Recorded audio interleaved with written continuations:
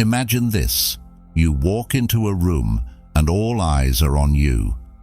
Not because you've demanded it, not because you've tried to manipulate anyone, but because you radiate something unspoken, a mastery of yourself that others can't help but notice. What if I told you that this power, this silent magnetism, comes not from controlling others, but from mastering the art of controlling yourself? This is the essence of Stoicism, the ancient philosophy that teaches us how to wield self-control as the most powerful tool to influence, attract, and ultimately lead. Before we go any further, if you're serious about mastering your own mind and harnessing the power of Stoicism to influence not just your life, but the world around you, hit that subscribe button and join a community of thinkers dedicated to becoming the best versions of themselves. Now, let's dive into what might be one of the most misunderstood powers we all possess, our ability to control attraction using dark psychology through the lens of Stoicism. It's easy to get caught up in the idea that attraction is about manipulating others, saying the right things, doing the right things to gain attention. But this is the path of those who misunderstand true influence. Stoicism teaches us that real power comes from controlling ourselves, not others. Marcus Aurelius, one of the greatest Stoic philosophers, said, "The happiness of your life depends upon the quality of your thoughts." If your mind is entangled in the chase for validation, you've already lost. The Stoic mindset flips the script. Instead of chasing, we pull back, we control, we master the impulses that so many are enslaved by. And in doing so, we become the ones who others chase. You see, attraction is a force, one that can overwhelm, consume, and destroy. It can drive us to make decisions out of fear, lust, or desperation. But Stoicism offers a different way, a way that allows us to rise above these base desires and emotions.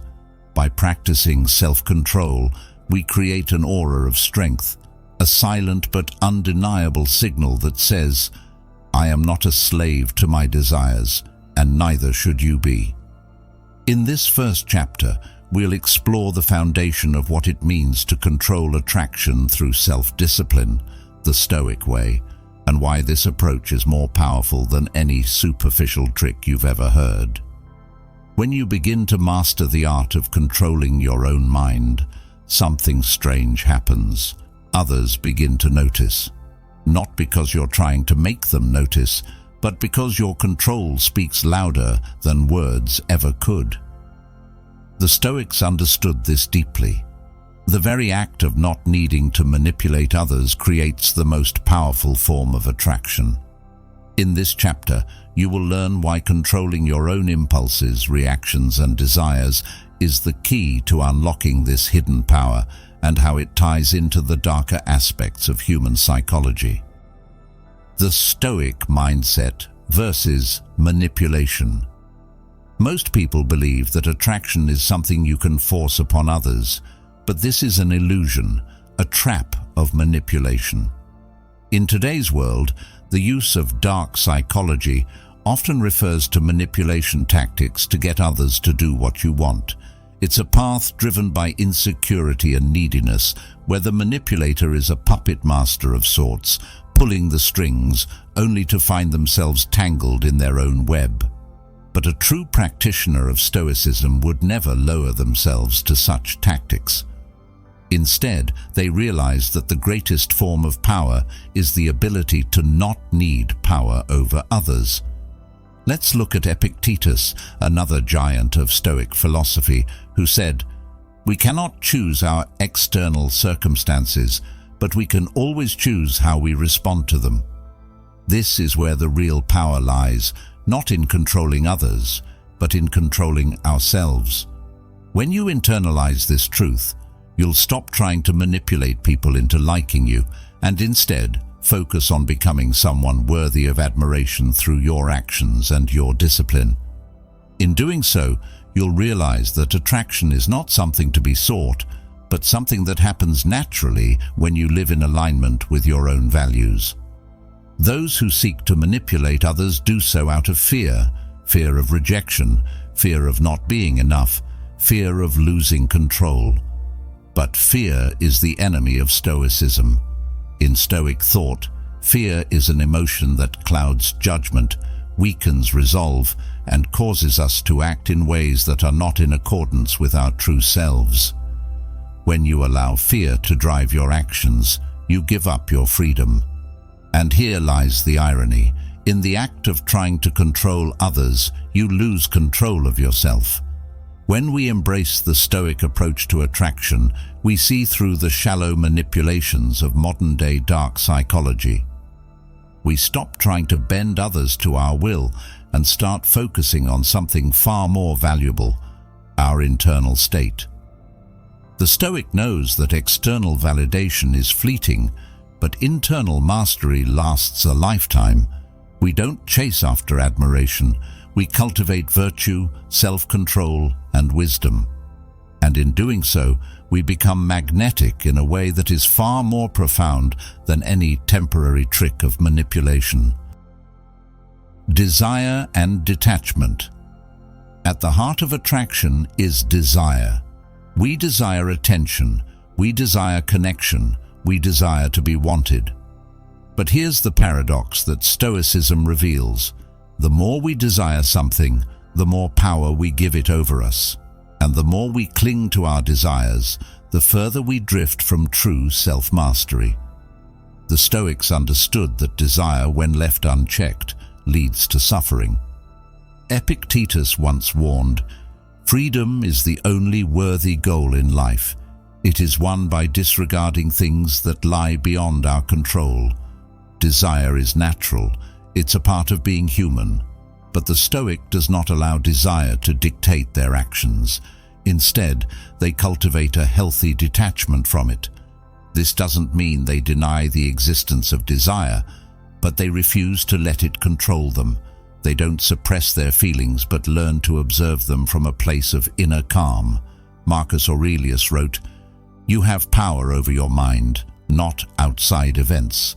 Realize this, and you will find strength." This is the core of Stoic attraction, mastery over the self. When we detach ourselves from the need for validation, we free ourselves from the chains that desire for attraction places on us.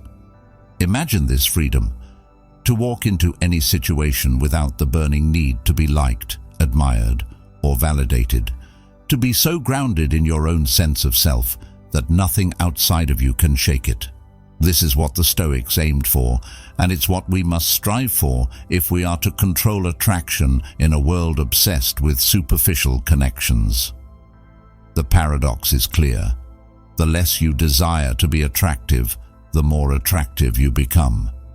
When you no longer chase attention or approval, others begin to gravitate towards you, drawn in by the quiet confidence that comes from inner strength. Detachment is not indifference, it's a profound understanding that what you seek is already within you. You don't need others to validate your worth, and when you realize this, you unlock a magnetic force that is irresistible, not because you're trying to be, but because you've transcended the need for it. The darkest battle within. Attraction is deeply tied to the ego, that insatiable beast within us that craves recognition, approval, and superiority. The ego whispers lies, telling us that our worth is dependent on how others perceive us. And in this battle for control over attraction, the ego is the greatest enemy. But Stoicism teaches us that the ego is nothing but an illusion, a dangerous trap that leads us away from our true selves and into a world of constant anxiety and dissatisfaction.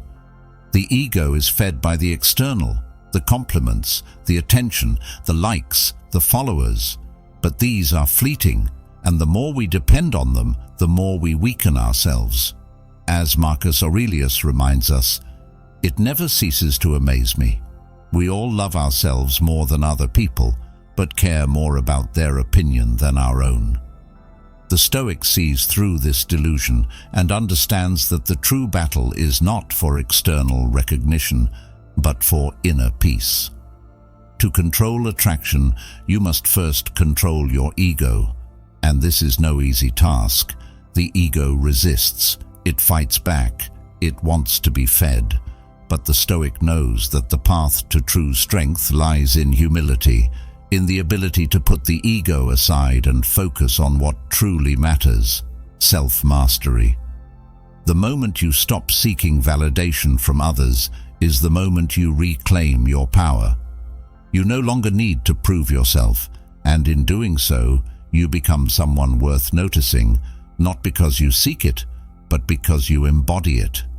The Stoic sees the ego for what it is, a shadow, a false self that seeks to control through fear and desire. But when we rise above the ego, we rise above the need for external validation. We become whole, complete, and in that wholeness, we find a strength that is more powerful than any form of manipulation or control. The Stoic path is not easy, but it is the only path to true mastery over attraction and self.